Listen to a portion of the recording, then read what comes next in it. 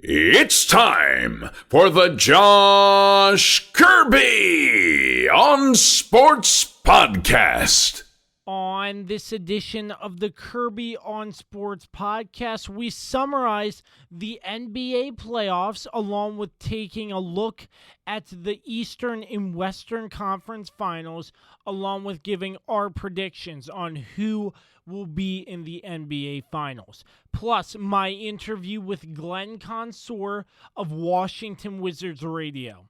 All that and so much more coming up next on the Kirby on Sports Podcast.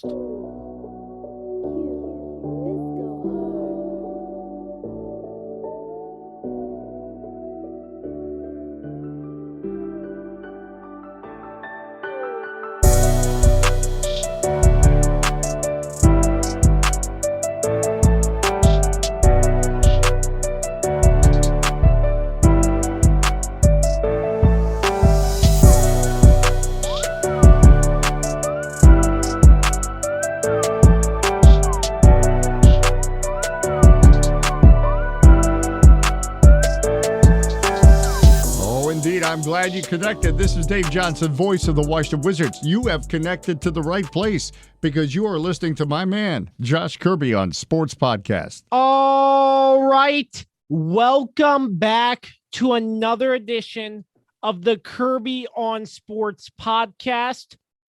First and foremost, we would like to thank our sponsors, Regroup Building Services, PM Plus Reserves, Shenandoah Primitives, and our brand new sponsors, Dr. Dave Leadership Corporation. Without our sponsors, the Kirby on Sports Podcast would not be possible. So thank you once again to all of our sponsors. Thanks to our intro, Dave Johnson, our music productions by Quet. As always, for everything, I'll be honest with you folks, there's not that much to talk about in the world of sports. So what I've decided to do, we're going to have some shorter episodes, and this is going to be one of the shorter episodes, sort of breaking down the NBA where it stands right now. We do have a special guest coming later in the show, my interview with Glenn Consor of Washington Wizards Radio. So stay tuned for my interview with Glenn Consor as well. But for the time being, I'm rolling with lead contributor and co-host Dan Demski. Find him on Twitter at Dan_Demski97. Dan, always a pleasure to be with you, sir, virtually. How are you, my friend? Always a pleasure to be here, man. Doing well, hanging in there. A little tired, but I think we're gonna grind through this episode. So, you know it. You know the amount of times that I say I'm tired and I'm just laying in bed binge watching my favorite show right now being Law and Order. I'm currently on season 6. I do have to say it is a grind doing this. And some days I'm like, man, I just want to lay in my bed and just binge watch 20 episodes of Law and Order because I've done that before.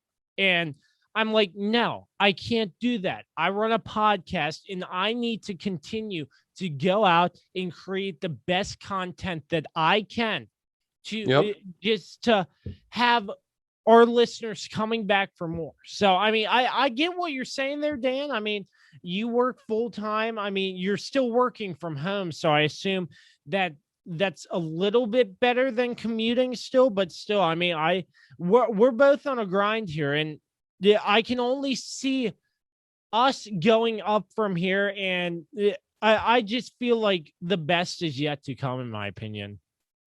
I agree, man. Yeah, I am still working from home, which is nice. But today I did go to the gym, so it kind of kicked my ass a little bit. So I think that's why I'm so tired today. So pumping iron. It had been Demski. Well, doing more cardio and stuff like that. Just trying to get trying to get back in the swing of things before I do anything too strenuous. So that's the hardest thing, man, is just getting into a schedule and a routine of it. So there for a while I was doing pretty well, but this was like the first time I'd gone to the gym in like 2 weeks. So yeah.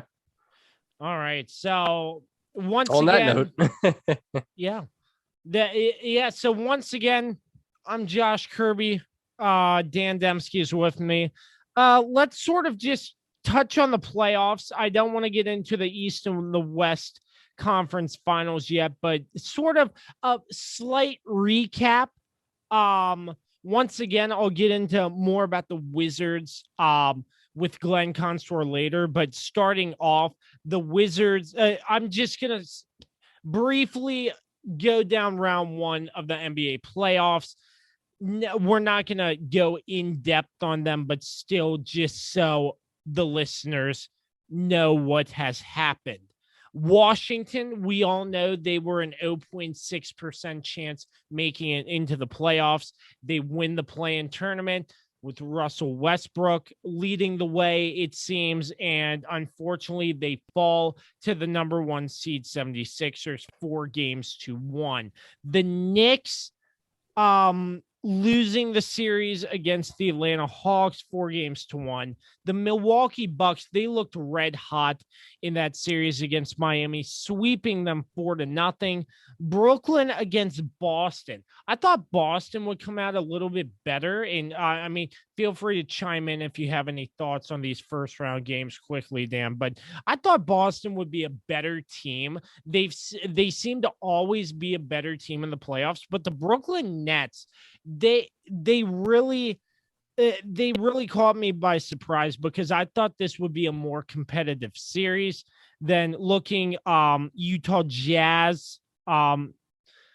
Utah beating the Memphis Grizzlies, 4-1. The Clippers over the Dallas Mavericks. That was a very close game in the series. It was a 4-5 seed, and they played that game. Won that game 4-3. So that was obviously a very tight series. I watched some of it. I didn't watch all of it. I heard Luka Doncic from Dallas. He had some good plays and stuff, but the Clippers moved on in that series. The Denver Nuggets defeating the Portland Trailblazers 4-2, and the number 7 seed Los Angeles Lakers, they just didn't come out. And the Phoenix Suns, who are red hot with Devin Booker, eliminates the Lakers in the first round of the playoffs.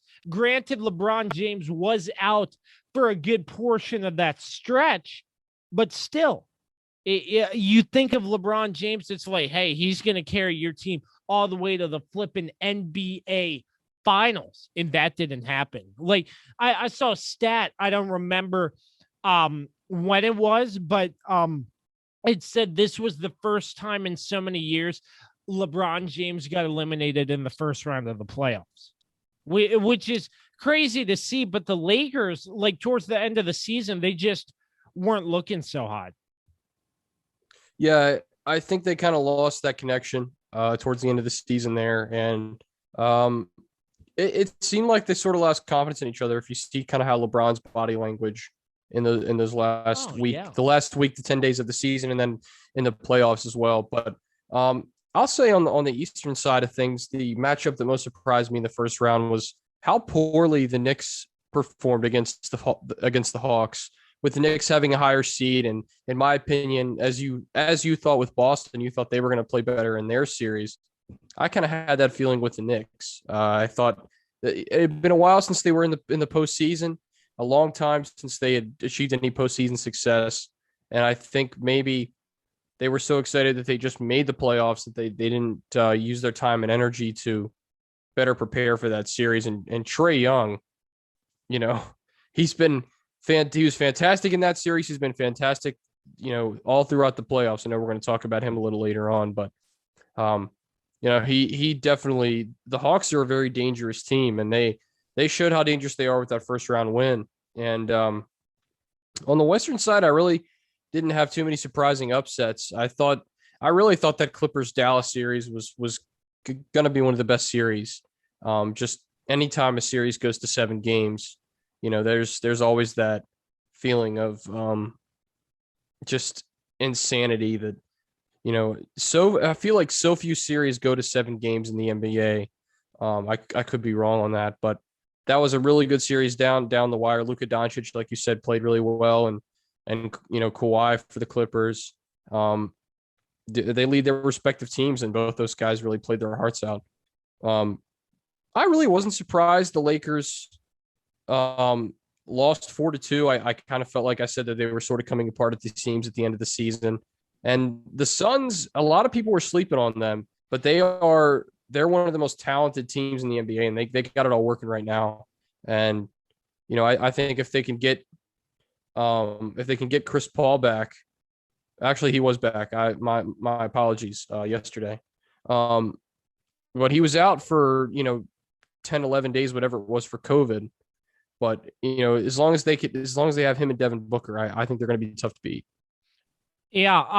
I mean, I can agree with your point there, Dan, where you said not a lot of basketball games go to 7 games. I feel like more hockey games have a higher probability of going to game 7 than NBA games were, because it's very kind of rare.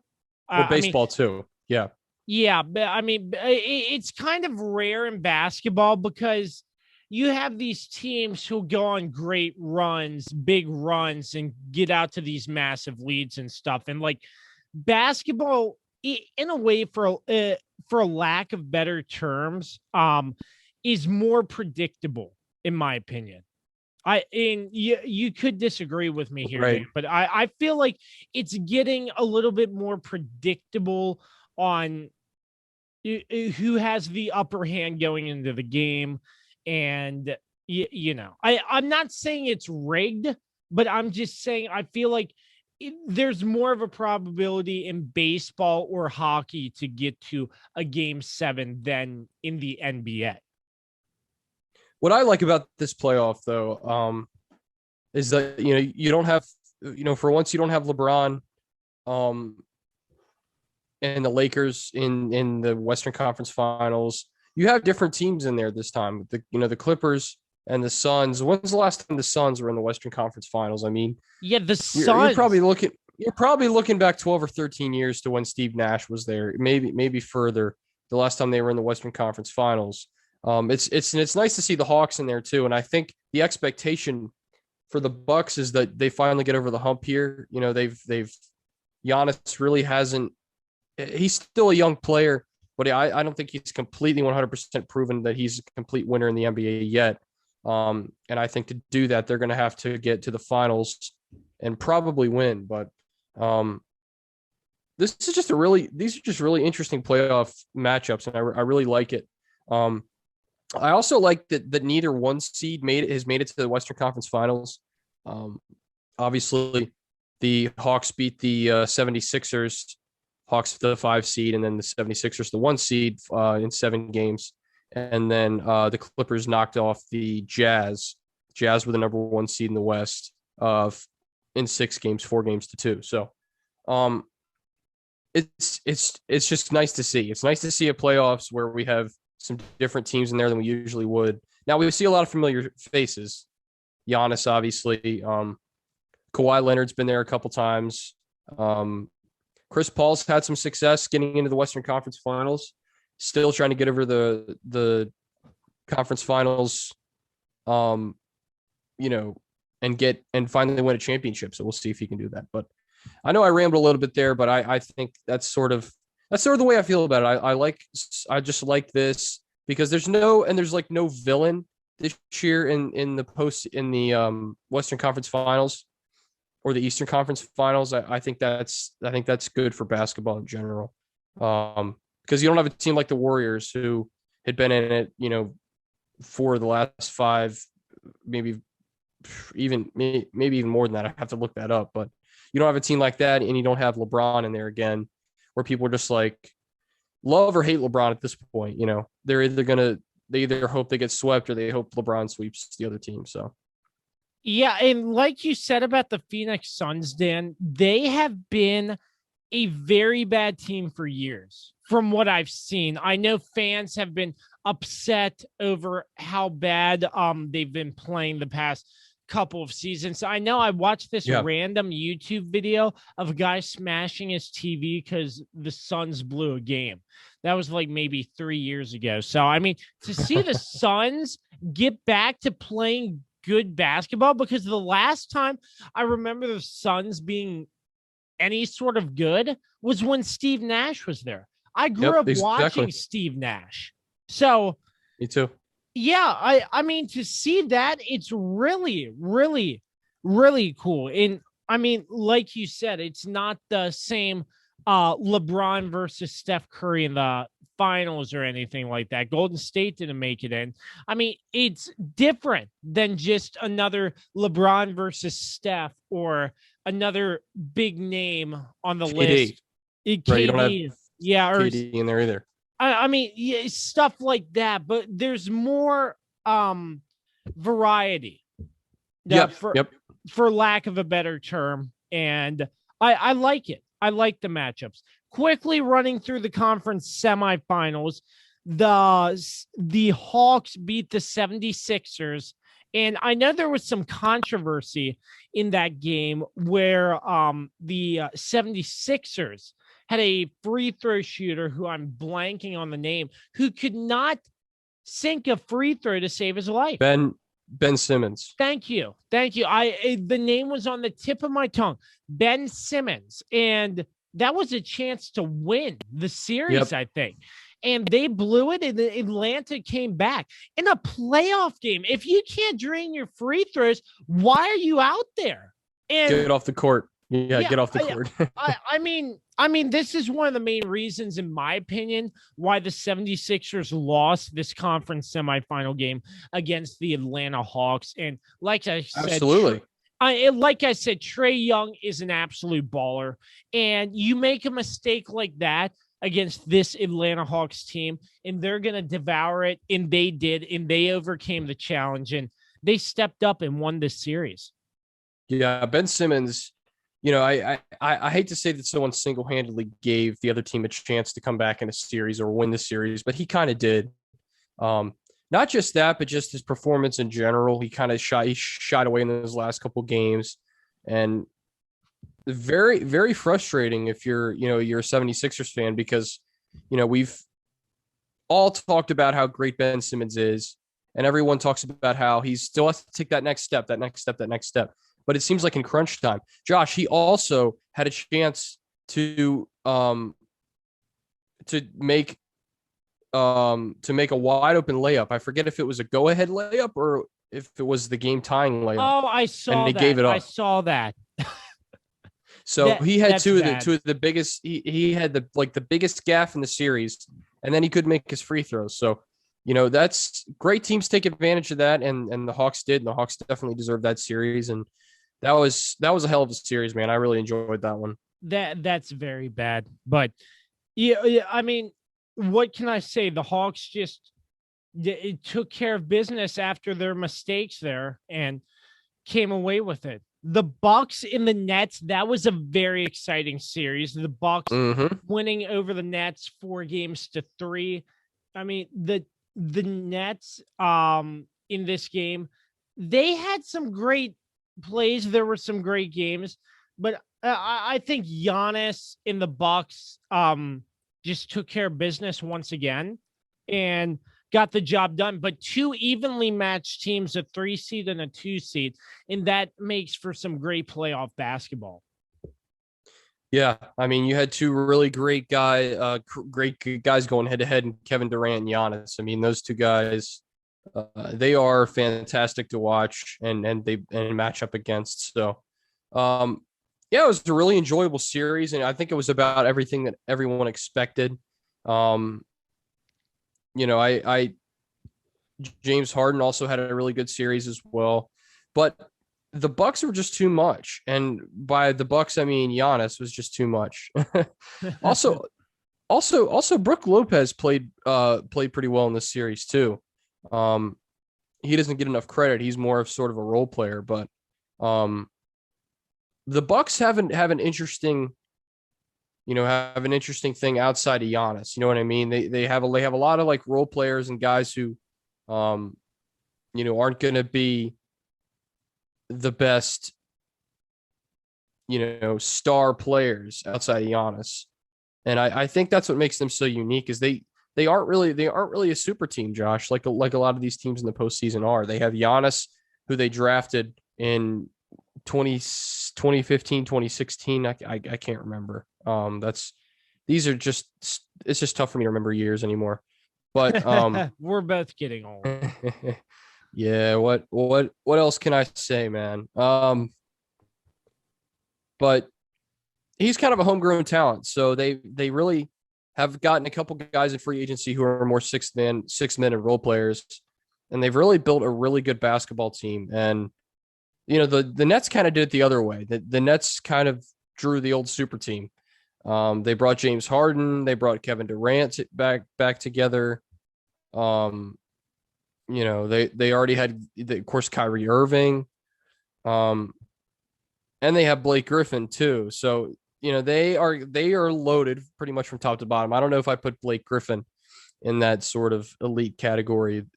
I think he's lost quite a bit from where he used to be. But I digress.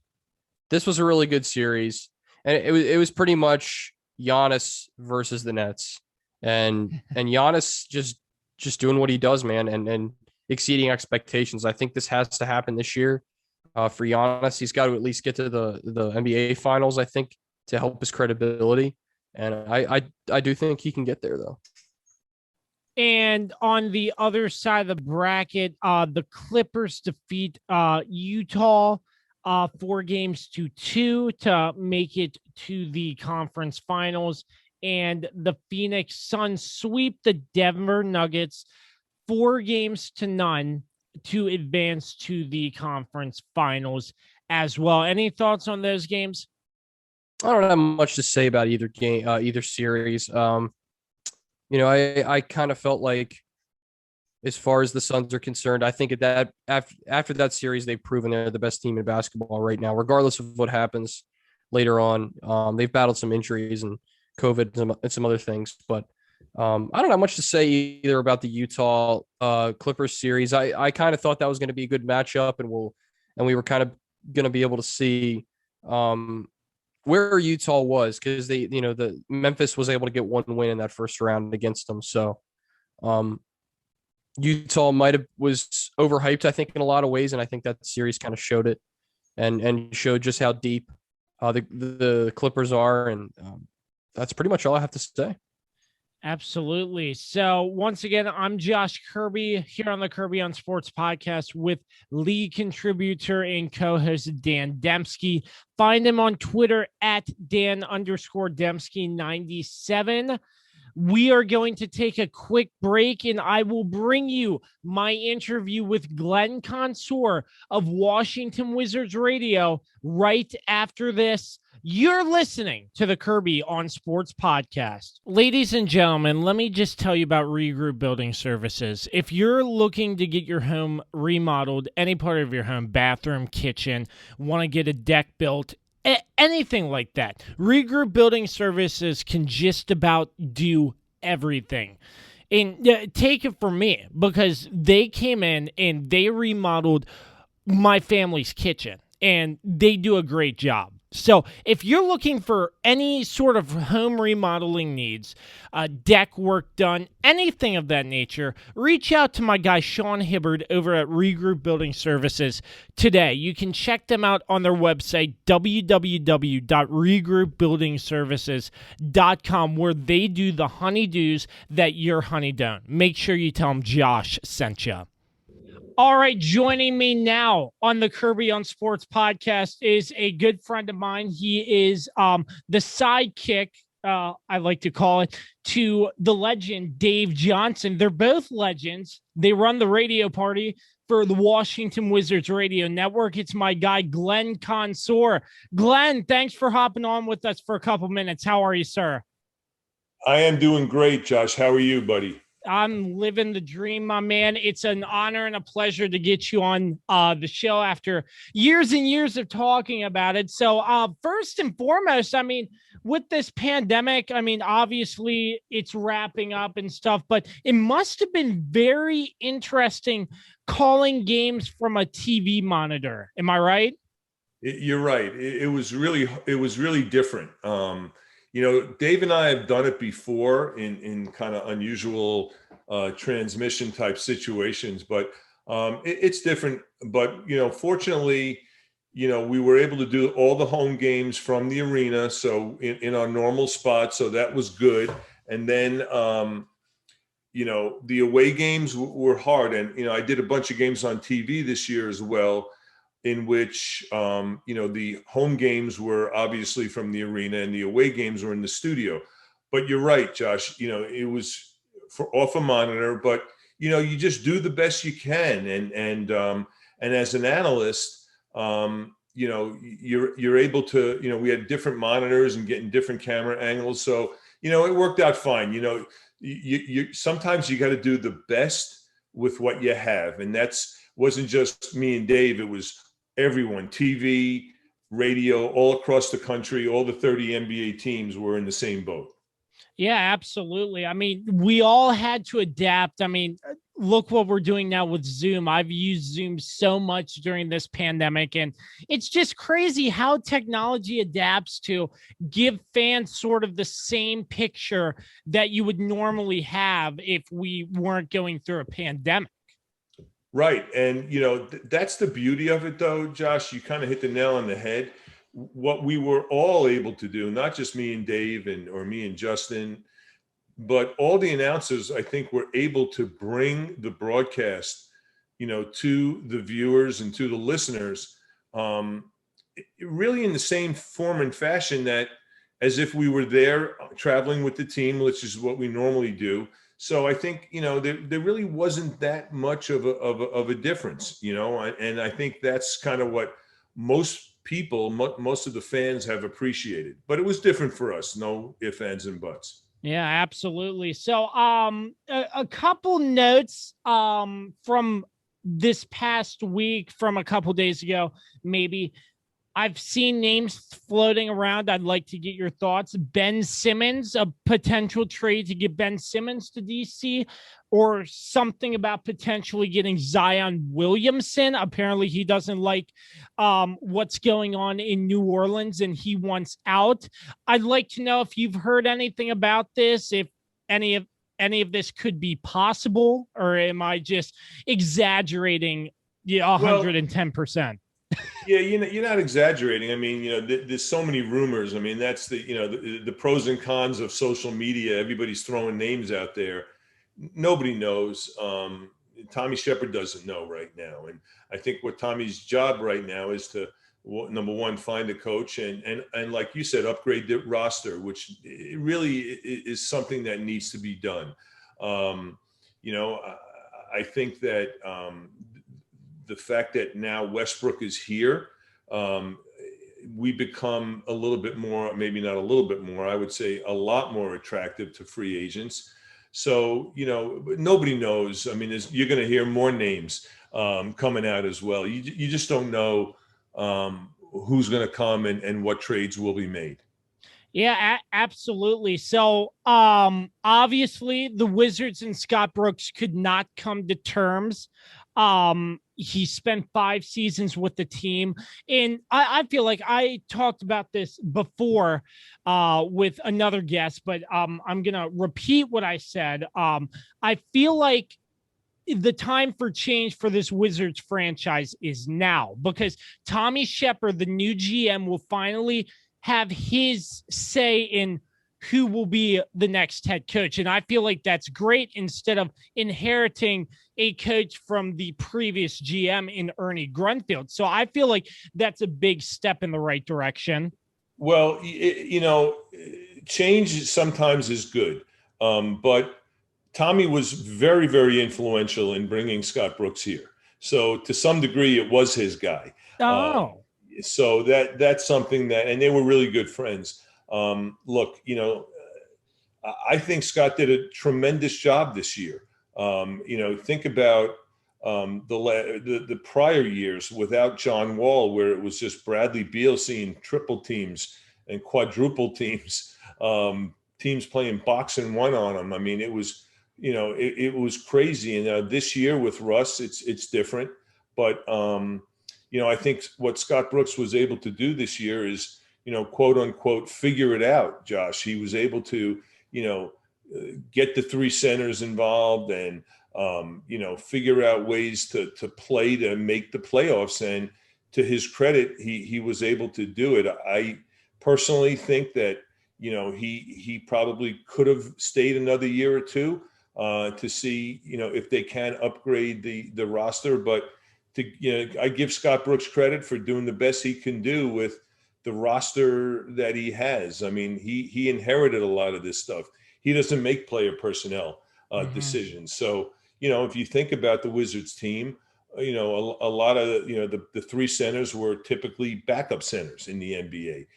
Neto, who was starting a good portion of the year, came here as a backup to Ish, who was a backup. So there was a lot of backup guys playing. Garrison Matthews, a two-way player, backup guy. So you look at the teams in the playoffs now. You don't have backup guys starting. So I give Scott Brooks a lot of credit with what he was able to do this year. And the organization made a decision to make the change and get a new voice. And, and sometimes that's a good thing as well. Yeah, I mean, look, I saw the stat, Glenn. 0.6% chance that this Wizards team would get into the playoffs, and they won the play-in and got in facing the 76ers. Obviously, the 76ers looked like the more dominant team. They had a lot of key pieces there, and the Wizards took them 4-1. They could only beat them once. But I mean, that's insane. Watching this team, you were calling them either on the radio or on TV, and looking where they started to where they end up. How did you comprehend that, and what were your thoughts about that briefly? Well, yeah, I mean, I think, Scott had to make adjustments. You think about it. You lose your starting center early in the season, Thomas Bryant, who was coming on, and then, Ish was out for a couple of months, who was an important factor on this team. And you lose Denny, Davis Bertans, who was hot and cold this year. He was, injured and, missed weeks and really wasn't himself this year for whatever reason may be. He didn't have a good year. So Scott Brooks had to make adjustments to all that stuff. And that's a lot. Given the fact that, the team really wasn't an overly deep team. So, to be able to get into the playoffs really was an outstanding job, not only by Scott Brooks, but by, Tommy Shepard pulling these guys in when he had to. And also the players, give them credit. Bradley had a career year and second in the NBA in scoring, and Russell Westbrook led the NBA in assists. And, but you need, look at Philly. Philly's third guy is Tobias Harris. Tobias Harris is elite. So, you really need that third player, that third elite player, or even fourth elite player that can give, can dominate games and pick up the slack. And the Wizards need to find who that guy is. And Rui developed beautifully this year. I think, he developed his shot. He's gotten better. But is he that guy now? Probably not. He had that one great game where he had 13 rebounds against Philly. And I think he had like 18, 19 points, but you got to do that on a day-to-day basis with guys like, Middleton can do and Tobias Harris can do. So clearly the team needs an upgrade in its roster. Yeah, absolutely. 100%. Unfortunately, I hate to say this, but I feel like it needs to be said. Do we think by now that the Westbrook trade was won by Washington because unfortunately John Wall got injured for Houston? What was your reaction when you found out that John Wall got traded? Because I know John Wall put in a lot for DC, not only as a player, but in the community from what I've heard. So what were your thoughts on that too? Yeah, he really did. But sometimes you got to make these changes, a culture change. I think clearly John was terrific here. But with Westbrook, you really have just a different animal. You got a guard that can get 25 rebounds in a game. He led the NBA in assists. He could do a lot of things. And when I first heard about it, I thought it was good for John too to go to another team and start over. Don't forget, he didn't play for 2.5 years here. So, it clearly Washington went out on that trade, and just getting a different kind of a mindset, different culture. Russ is really good with the young players. He cares about, he thinks about winning. I say this about Russ. There's an expression in the NBA where they say guys are built different. John Wall had that crazy quickness, that crazy speed. He's built different. Guys like LeBron James and Giannis, and those guys are built different. Russell Westbrook competes different, and I think that's what they were able to gain. That level of competition that no one competes in the NBA. No one like Russell competes. That's what this team needed at this time as they continue to evolve. So, kudos to John, and he's going to do great. And I hope he stays healthy. But, Russ stayed healthy for the most part of this year. So they got another player to play. Think about it. He didn't play for 2 years. Who won that trade? Well, look what Russ did this year. Yeah, absolutely. He looked phenomenal, 100%. And it goes to show, like, that team sort of turned around after that trade, in my opinion. And that's why the 0.6%, they got it and they were in the playoffs. So let me get your thoughts. Bradley Beal playing in the Olympics in Tokyo. I feel like he's going to ball out, score maybe 40, 50 a game. Definitely he's going to help Team USA win.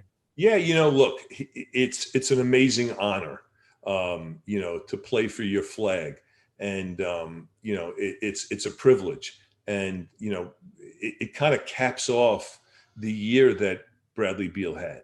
It caps it off.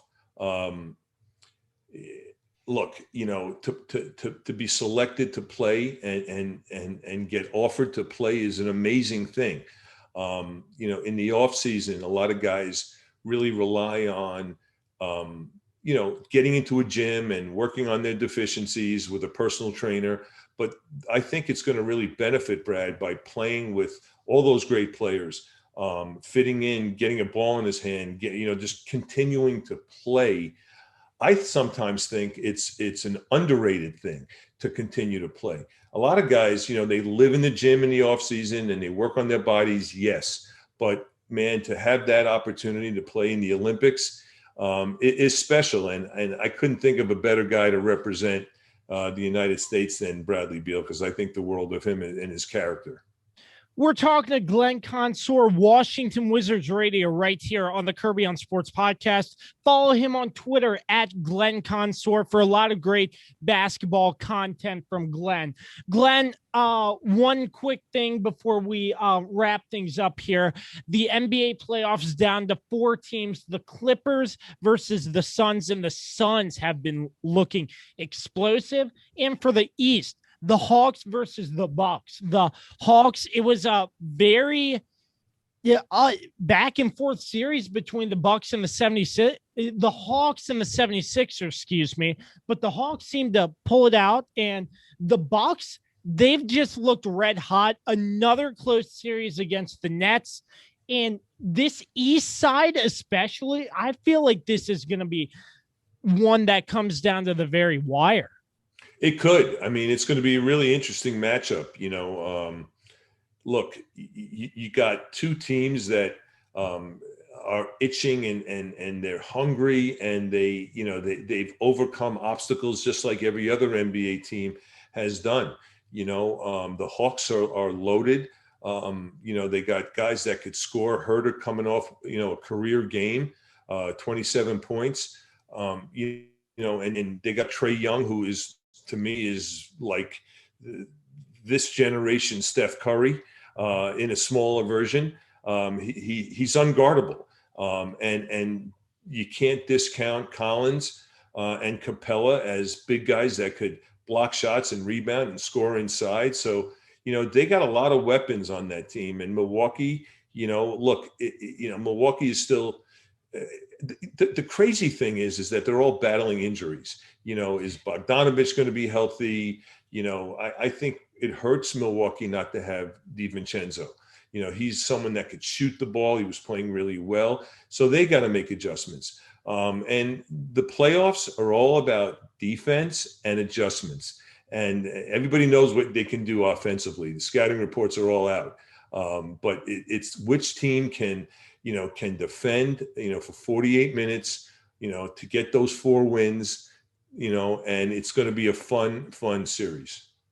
And for once again, the Clippers and the Suns, the Suns just look explosive. Devin Booker, he's just looking phenomenal. How do you see that series going? Yeah, I mean, look, Phoenix is up 2 now. So, and Chris Paul is coming back evidently in the next game. So that is something that's going to be a factor. But I wouldn't count the Clippers out yet. I mean, I think, they're devastated in the loss of Kawhi Leonard. I mean, look, it's a different team now. And that's what I mean. And it goes back to like what I was saying about John Wall. You lose someone of that magnitude, in key games, it's tough to recover from that. It's tough to bounce back.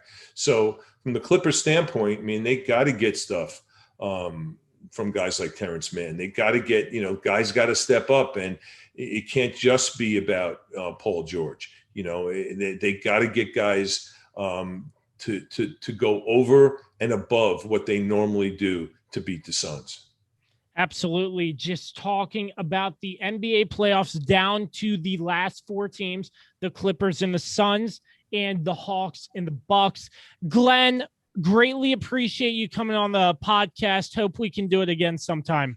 Absolutely. Anytime. You do a great job, Josh. Keep being you, man. Keep being you. Hey, I appreciate that, sir. We'll be back right after this. For sports fans living in condominium and homeowners associations, as well as business professionals, when you need a reserve study, PM Plus Reserves has been in business since 1990.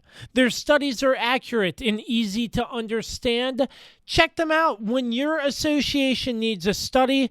www.pmplusreserves.com. You can also contact them at 703-803-8436. Once again, www.pmplusreserves.com. All right, we are back. Thanks once again to Glenn Consor of Washington Wizards Radio for coming on the Kirby on Sports podcast. Very great insight once again from him. I'm joined by lead contributor and co-host Dan Demski. Dan, we made it to the conference finals. Currently, there are games being played. The Atlanta Hawks and the Milwaukee Bucks. As we are recording this episode, Milwaukee leads 2-1. And as we are recording, tomorrow will be a series decider for Phoenix if they were to win, or Los Angeles could come back and tie the series. I agree with what you said, Dan.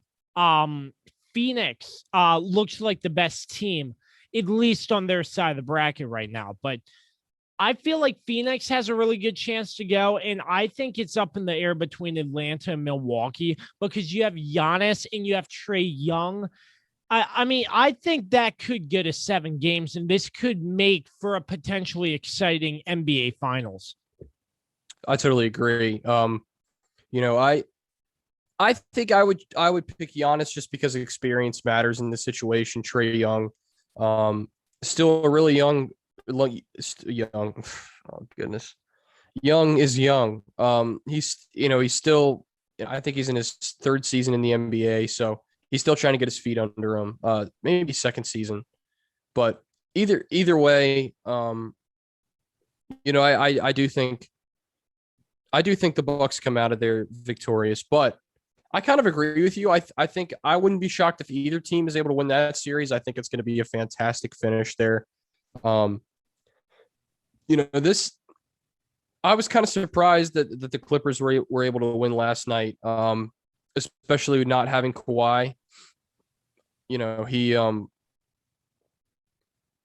He's injured right now. Yeah. He's got a knee injury, so that's the kind of injury where he probably won't be back for this series if the Clippers are able to come back and tie and win the series. So you'd have to wait until even later on to see him come back. So I think the Suns have the upper hand, and this I just don't see how the Clippers can overcome it. I really don't. Yeah. Especially now that Chris Paul's back. Chris Paul was back from COVID. Oh yeah. He probably a little rusty last night. But with Devin Booker and Chris Paul, I mean, they're going to be fine. Shall we make predictions on the finals? Let's do it. Before we do that, let's just take a brief moment and hear from our sponsors over at Dr. Dave Leadership Corporation. Hey, sports fans. Thank you for listening to and supporting the Kirby on Sports podcast with founder and host Josh Kirby, along with lead contributor Dan Demski. Like, subscribe, and give them a 5-star rating wherever you get your podcast from. My name is Dr. Dave Miles, founder of Dr. Dave Leadership Corporation. Our company helps leaders build engaged and productive teams. Exclusively for listeners of the Kirby on Sports podcast, you can take an opportunity to discover your primary communication style and learn more about effective communication with others. Text Kirby to 757-903-0743 for your free copy of the Working From Home Communication Assessment, where you'll learn your primary communication style, how to better communicate with others not like you, and tips on working remotely based on your personal communication style. 10 minutes, tons of resources. Learn about yourself and your team. Again, text Kirby to 757-903-0743 for your free assessment report today. I'm Dr. Dave Miles, founder of Dr. Dave Leadership Corporation, where we help you and your team be more engaged and productive by understanding each other better. Back to you, Josh. Thanks once again to Dr. Dave Leadership Corporation, another sponsor of the Kirby on Sports podcast. Make sure you text that number to get your free evaluation from Dr. Dave Leadership Corporation. All right, Dan, let's predict the finals. Would you like to go first? Absolutely, man. So the matchup I think is going to be between the Phoenix Suns, who are the second seed, and the third seed Milwaukee Bucks. And I am going to take the Phoenix Suns in a 7-game thriller to grab that championship for Chris Paul, Devin Booker, and company. And I think it's a 7-game series, and I think the Suns got it. I'm going to agree with what you said. The Phoenix Suns have the upper hand. As you said, Kawhi does have a knee injury, so I'm going to take Phoenix in this series against the Clippers, and I will also take the Bucks, but I think the Phoenix Suns will win in 6 games. Okay. I feel like they can get it done in 6. But once again, a number 2 to a number 3 seed, you have Giannis for the Bucks. This could go to 7 pretty easily. Yeah, it definitely could. It could. Two great teams, a lot of talent on the floor. So, and 7-game series would just be great after last year being the NBA being in the bubble with no fans. Then the fans in the playoffs this year, pretty much full fans everywhere. You get to watch a 7-game series. I think that would just be sweet retribution for everything. So. Oh yeah. So. Still a lot of basketball left to be played. almost time for the NBA Finals. I can't believe the basketball season has come to a close almost. Crazy. Yeah, it's crazy to see, almost football season, you know? We're getting closer. That's our prime time right there. Yeah, that's our busy season, no doubt about it. I'm Josh, that's Dan. We'll be wrapping things up right after this on the Kirby on Sports podcast. Is it finally time to upgrade your home's interior? How about with an authentic farm table made locally from recycled barnwood? Shenandoah Primitives, based right here in Winchester, Virginia, makes farm tables, benches, tables, coffee tables, and a long list of other items for your home decorating needs. At Shenandoah Primitives, function and style are combined for great furniture that will last generations. If you're interested in combining the industrial look of metal with wood, or considering something incredibly unique with a live edge, Shenandoah Primitives turns those ideas into reality. Thinking about a mirror, wine rack, or other accent piece for your home, Shenandoah Primitives can assist with that as well. As a local small business, Shenandoah Primitives is happy to work with each client for a custom design or schedule an appointment to come out and view current inventory. Local, high-quality, handmade items can be found at Shenandoah Primitives. Find us on Facebook and Instagram or visit us at www.shenandoahprimitives.com. Once again, that's www.shenandoahprimitives.com.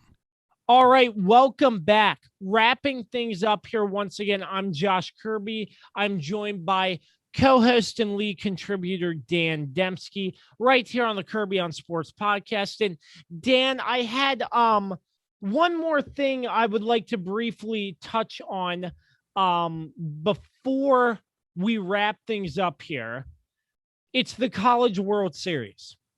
And it's just how disorganized in a way, it maybe even just terribly run because of COVID protocols. They don't play one of their games. You might know this better than me because once again, the name of the team is slipping out, but I do know that the NCAA announced that they were not going to be playing this game due to COVID protocols. I don't know what it could have been. I assume somebody tested positive for COVID. But I mean, I just can't believe something like that would happen where they would declare a no contest in a college game. Because I mean, these kids, this could be their last time on the playing field. And it just gets shattered. Yeah, I'm sure you've heard about this, right, Dan? Yeah, it was NC State. They got removed. Yes. I thought it was North tournament. Carolina, but I wasn't going to say anything until I was sure. Yeah, it was NC State. They dropped that on the 26th, so just 3 days ago. And yeah, they were down to the final game. They literally the last game of the College World Series. It was a winner take all game, and they had 8 players test positive for COVID. That's and insane. so the NCAA decided that with contact tracing, they didn't have time to properly contact trace everyone, and coaches, staff, athletes, they just decided they were going to have to pull them out, which is it's awful. But you have to realize there's a lot of safety risks here too. The NCAA doesn't want to get sued. They already have enough stuff that's on their minds right now anyway, after the Supreme Court voted against their case anyway, 9-0. So it sucks. I mean, it really sucks. I'm sort of torn with this story because, I do think it was the right decision. Just, based upon 8 players testing positive, You don't really have time to contact trace where it came from. And, contact tracing would allow those players who were exposed to not participate. But even with all that being said, I mean, you're probably not going to have the best product on the field. So if you go out and play that third game with guys that, have found that they were not exposed to the virus or they were tested negative, and NC State were to lose that game, then they would have complained that the NCAA didn't make the right move. So, I sort of torn with the story. I get the anger and the frustration and the sadness from NC State. It's heartbreaking. I mean, these kids worked their entire, college careers to get to the College World Series and get a chance to play for a title. It was just, it's just craziness, man. It really is. And the fact that it was also a game 3 final game, winner take all situation that makes it hurt worse. Even worse. Right. It makes it worse that you can't play one final game because of a pandemic. I know some of those players were seniors and they probably will never get another opportunity to play. I mean, unless you're going to the major leagues. I mean, that's the only case. But other than that, you've played your last game. Sorry, time to go home. But that's cruel how they do it. But I get what you're saying about how you're torn, because the story could go in a completely different direction. Like you said, they would complain if they said, oh, they didn't follow COVID protocols properly and they just let us play. And the thing is too, they found out at 2 a.m. on Saturday. That's even worse. right before, again, their winner take all game was supposed to be that Saturday. So it's sad. It is sad, but look, it's the state of play right now. I mean, we have to be careful. We're not out of the woods with COVID yet. I mean, we're doing a great job with it, but people need to continue to, do what they have to do. Get your vaccines and be careful. I don't know the number of players who were or were not vaccinated. That probably will never be known because it's mostly private health information, but it sucks. But again, playing, this is what happens when you try to play sports during a pandemic. This is always a possibility. And, these players and coaches, I'm sure they didn't purposely, and I hope they didn't purposely go out and get COVID or, go out and just be careless. But it's just kind of how it is right now until COVID's completely gone. It's always going to linger. It's going to linger in our regular lives. It's going to linger in sports too. And it does suck though. I mean, it really, you feel for I hate to say kids, cause they're not that much younger than I am, but you feel for them. They've worked their whole career to get there. And then they're told not just the day of the game, but like the morning before the game, like what, 11 hours before they had to take the field or whatever it was. So yeah, it sucks. But I think the NCAA legitimately did the only thing they could have done in that situation. Because again, if NC State plays, they had a depleted roster. I don't know how many players they had left after 8 guys test positive. How many guys are on a baseball field and on the bench? I mean, you have 9 guys plus, you have 9 guys plus, the guys on the bench. That's a huge chunk. So that's all I have to say, really. Yeah. That's just one thing I really wanted to just bring up as a final thought.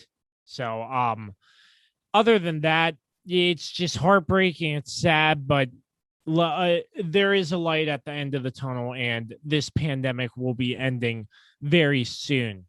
Hopefully. Cross our fingers. It's looking good. Absolutely. So that's about all the time we have. Dan, once again, find him on Twitter at Dan_Demski97. Always a pleasure having you on, Dan. Always a pleasure being on, man. Enjoyed talking all sorts of sports with you. So Thanks again. Thanks again to our supporters. You guys mean a lot to us. We look forward to bringing you guys more content. That's what it's all about. Appreciate Glenn Consor of Washington Wizards Radio coming on the podcast again. For our sponsors, Regroup Building Services, PM Plus Reserves, Shenandoah Primitives, and our brand new sponsors, Dr. Dave Leadership Corporation.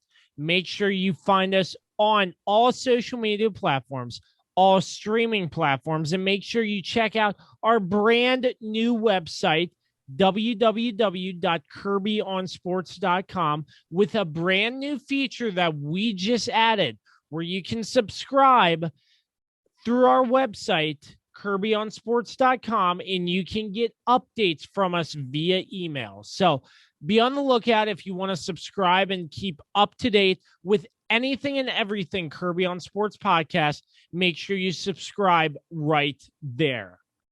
As always, until the next time you hear our voices, always remember to create greatness. So long and peace out.